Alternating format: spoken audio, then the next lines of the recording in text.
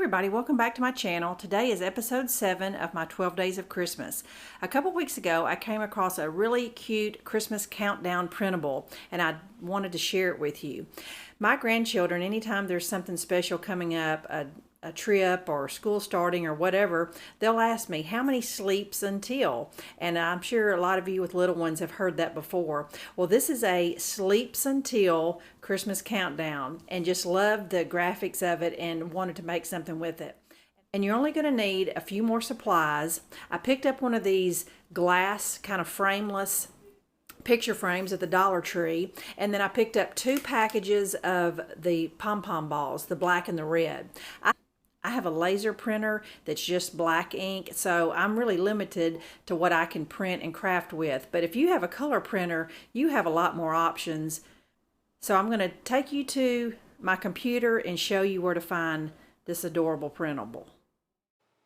I went to papertraildesign.com and searched Christmas Countdown, and this is the screen you will see, the free printable Christmas Countdown.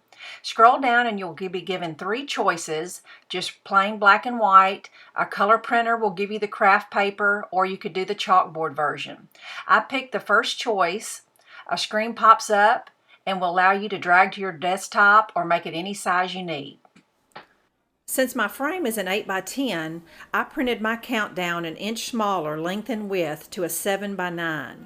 I'm going to use the glass and put it over the top and trace it so that it will fit into my frame perfectly.